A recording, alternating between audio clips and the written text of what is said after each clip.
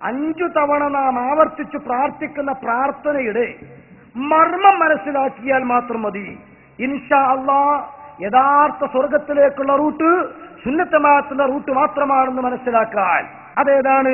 അതാണ് പ്രാർത്ഥിക്കുന്നത്, ഇഹ്ദിനസ് സിറാത്തൽ മുസ്തഖീം, നേരായ ചൊവ്വായ മാർഗത്തിലൂടെ ഞങ്ങളെ നീ നടത്തിത്തരണം അല്ലാഹ്. ഏതാണ് നേരായ ചൊവ്വായ മാർഗം? സിറാത്തല്ലദീന അൻഅംത അലൈഹിം, നീ അനുഗ്രഹം ചൊരിഞ്ഞ ആളുകളുടെ മാർഗം. ഇവിടെ തന്നെ നമുക്ക് കല്ലും നെല്ലൊന്നും തിരിയും.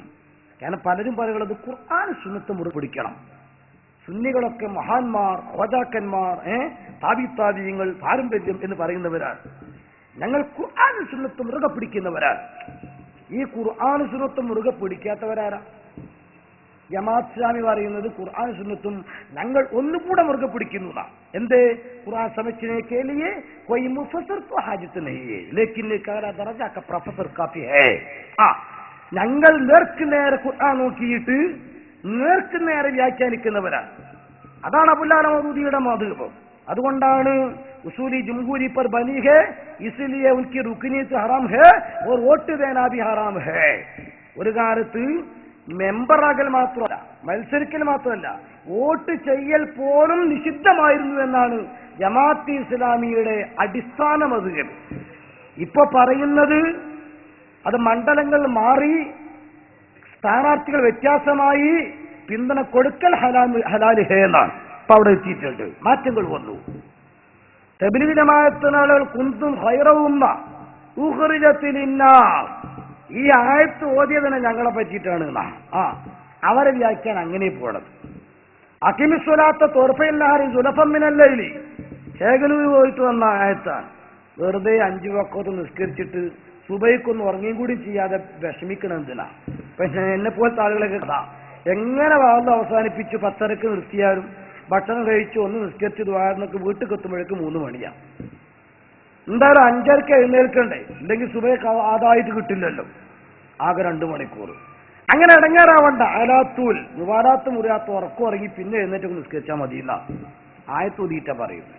ഫാദർ അലവി ക്രിസ്തുമത ശരിയാ സമർത്ഥിച്ചത് ആയത്തുകൊണ്ടാണ്. എല്ലാവരും ആയത്തോതിയിട്ട് വരുമ്പോ ഇനി എന്തു ചെയ്യും? അപ്പൊ ഖുർആൻ സുന്നത്ത് മുറുക്കി പിടിക്കാന്ന് പറഞ്ഞതിന്റെ പുറകിൽ പോയാൽ, തിരുസുന്നത്തും പ്രവാചകന്റെ ഹദീസും അള്ളാഹുവിന്റെ വിശുദ്ധ ഖുർആനും എന്ന് പറഞ്ഞതിന്റെ പുറകിൽ പോയാൽ ഇതിന്റെ പുറകിലൊക്കെ പോകേണ്ടി വരും. അങ്ങനെ പോയാൽ ഒരു ദിവസം സുന്നി, പിറ്റേ ദിവസം ആയത്തോതി, ഓ ശരിയാ മുജാഹിദ് പറഞ്ഞെടുത്ത് കാര്യമുണ്ട്, തീവ്രവാദി മുജാഹിദ്. 2ാമത്തെ ദിവസം നോക്കുമ്പോൾ അതിനെ എതിർക്കുന്ന മടവൂർ മുജാഹിദ്. 3ാമത്തെ ദിവസം ജമാഅത്ത്. 4 ഇങ്ങനെ പോയി അവസാനം പിന്നെ കേബേജ് തോല് ഒളിച്ചതുപോലെ ഉണ്ടാവുക. കേബേജ് തോല് ഒളിച്ചാൽ പിന്നെന്താ കഴമ്പുണ്ടാവുമോ? അത് മുഴുവൻ അങ്ങനെയല്ലേ? എവിടെ ഇല്ലാതെ തീരൂലേ? എങ്കിൽ അവിടെ രക്ഷയുടെ മാർഗം, സുഖലോക സ്വർഗത്തിലെത്താൻ മാർഗം, ഒരു നല്ല റൂട്ട് ഏതാ? സിറാത്തല്ലദീന അൻഅംത അലൈഹിം, അല്ലാഹുവേ നീ അനുഗ്രഹം ചൊരിഞ്ഞ മഹാരഥന്മാർ, മഹാന്മാർ, മഹത്തുക്കൾ, ആ മഹത്തുക്കളുടെ മാർഗത്തിൽ ഞങ്ങളെ നീ ചേർത്തു തരണം അല്ലാഹ്. അവിടെയാണ് സുന്നികൾ. അഹ്ലുൽ സുന്നത്തി വൽ ജമാഅത്തിന് മഹാരഥന്മാരെ വിട്ടിട്ടുള്ള കളിയില്ല. ഇപ്പൊ ഞാൻ ഇവിടെ പറയുന്ന ആശയങ്ങൾക്കൊക്കെ, ഇതുവരെ പറഞ്ഞ ആശയങ്ങൾക്കൊക്കെ ഖുർആനും സുന്നത്തും മറ്റും തെളിവ് പറയുന്നതോടൊപ്പം ആ ഖുർആൻ സുന്നത്തിനെ വ്യാഖ്യാനിച്ച് വിശദീകരിച്ച് പണ്ഡിതന്മാർ എഴുതിവെച്ച ഉദ്ധരണികൾക്കൊപ്പം അവരുടെ ചരിത്രങ്ങൾ തെളിവായി പറഞ്ഞു തന്ന ഉസ്താദുമാരെ ഫോളോ ചെയ്തുകൊണ്ടാണ് അബ്ദുർ റഷീദ് സഖാഫി പ്രസംഗിക്കുന്നത്. ഞാൻ എന്റെ സ്വന്തം വകയിൽ കൂട്ടിയതോ, ഞാൻ സ്വന്തം ഒരു മതം ഉണ്ടാക്കിയതോ, സ്വന്തം ആശയത്തിലേക്ക് വന്നതോ അല്ല. എനിക്കിപ്പോൾ പ്രസംഗിക്കാനുള്ള ആശയം ഒരു 20 കൊല്ലം മുമ്പ് ബഹുമാനപ്പെട്ട മർഹൂം പി.കെ. എംബാക്കവി അന്തോണ, അള്ളാഹു ഖബറിൽ സന്തോഷം കൊടുക്കുമാറാകട്ടെ, ഉസ്താദ് പ്രസംഗിച്ച അതേ ആശയങ്ങളാണ്. അന്തോണ ഉസ്താദ് പ്രസംഗിച്ചിരുന്നതോ അതിന്റെയും ഒരു 20 കൊല്ലം മുമ്പ് കമറുലമ കാന്തവരം ഉസ്താദ് തൗവറല്ലാഹു ഉംറഹുമാ സിഗത്തുല്ലാഫിയ ഉസ്താദ് പ്രസംഗിച്ച അതേ ആശയം.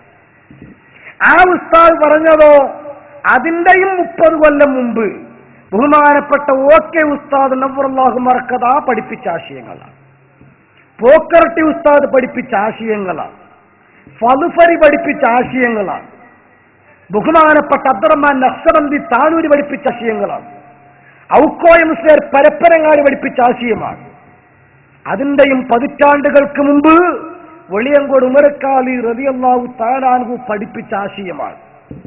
മുത്തനബിയുടെ മക്ബറയിൽ ചെന്ന് നേർക്കുനേരെ ഇസ്തിയാസ നടത്തിയതും റസൂലുള്ളാഹിനെ വിളിച്ച് മൗലിദ് ഓതിയതും ഇരുമ്പിന്റെ പൂട്ട് തുറപ്പിച്ചതും അത്ഭുതങ്ങൾ കാണിച്ചതും ബ്രിട്ടീഷുകാർ അറസ്റ്റ് ചെയ്ത് കൊണ്ടുപോയതും ജയിലിന്റെ ഉള്ളിലിട്ട് പൂട്ടിയതും കാലത്ത് 8 മണിക്ക് ആളെ കാണാതെയായതും ഒരു ദ്വാരം പോലും ഉണ്ടാക്കാതെ ചാവക്കാട് പള്ളിയിൽ നിസ്കാരത്തിനെത്തിയതും ഈ ഉമറക്കാലിക്ക് അതിന്റെ പതിറ്റാണ്ടുകൾക്കുമുള്ള മമ്മിക്കുട്ടിക്കാലിയുടെയും മഖ്ദൂമാരുടെയും പാരമ്പര്യം.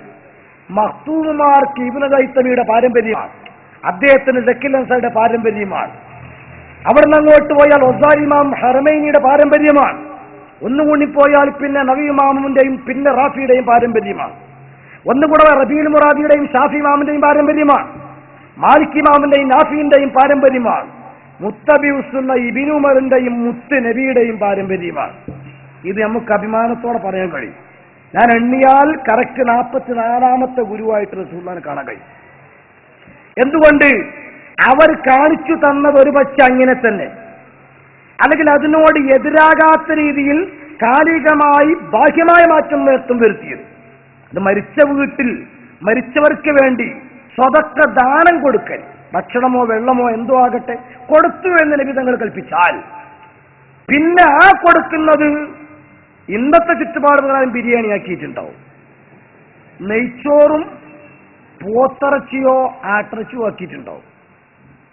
അല്ലെങ്കിൽ പച്ച വെള്ളത്തിന് തന്നെ വിലയുള്ളന്ന് വെള്ളം കൊടുത്തത് ലേശം ഡ്രിങ്ക് ഒഴിച്ച് പഞ്ചസാര കൂട്ടിയിട്ട് ഷുഗർ ഇല്ലാത്തവർക്ക് കൊടുത്തിട്ടുണ്ടോ? ഇതേ ഉള്ളൂ.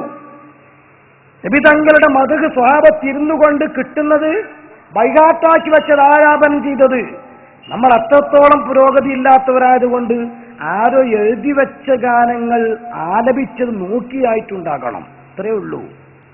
അടിസ്ഥാനപരമായി അറബിയിൽ നബി തങ്ങളുമാണ് നടത്തിയ ഖുതുബ നേരെ ഭാഷ മാറ്റി മലയാളത്തിൽ അത് നമ്മളാക്കിയിട്ടില്ല.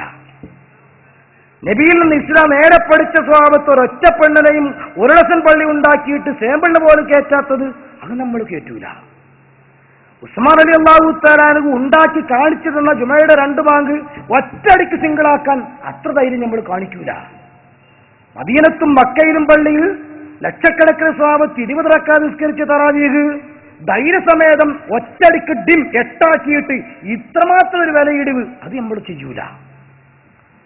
അങ്ങനെ തുടങ്ങി മഹാരഥന്മാരാകുന്ന ആളുകൾ അവർ കാണിച്ചു തന്ന കൂട്ടിലൂടെ വിശ്വാസകർമ്മ ആചാര അനുഷ്ഠാന രംഗത്ത് കഴിവതും വേഷവിധാനങ്ങളും സംസ്കാരങ്ങളും അടക്കം ആ പഞ്ചത്വം യാഥാസ്ഥിതികത്വം എന്ന് പറഞ്ഞാൽ യഥാസ്ഥിതി നിലനിർത്താനർത്ഥം.